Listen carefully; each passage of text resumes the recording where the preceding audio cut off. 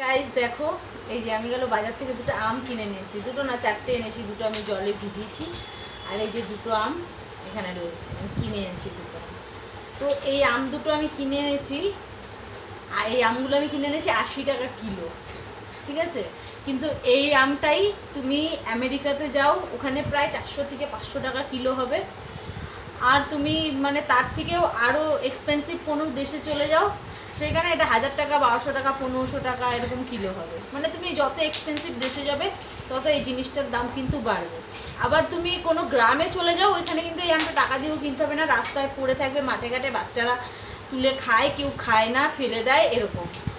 তো ব্যাপারটা গেল, এই কথার থেকে আমি এটাই বোঝাতে চাইলাম, যদি তুমি কোথাও মূল্য পাচ্ছ না, তাহলে তুমি ভেবো না কি তোমার মূল্য নেই, তোমার অবশ্যই মূল্য আছে।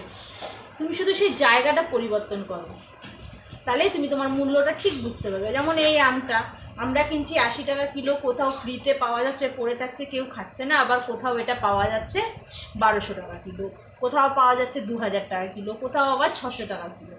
তো গেল, মূল্য তোমার অবশ্যই আছে, শুধু তোমার স্থানটা পরিবর্তন করতে লাগবে। ঠিক আছে, থ্যাংক ইউ।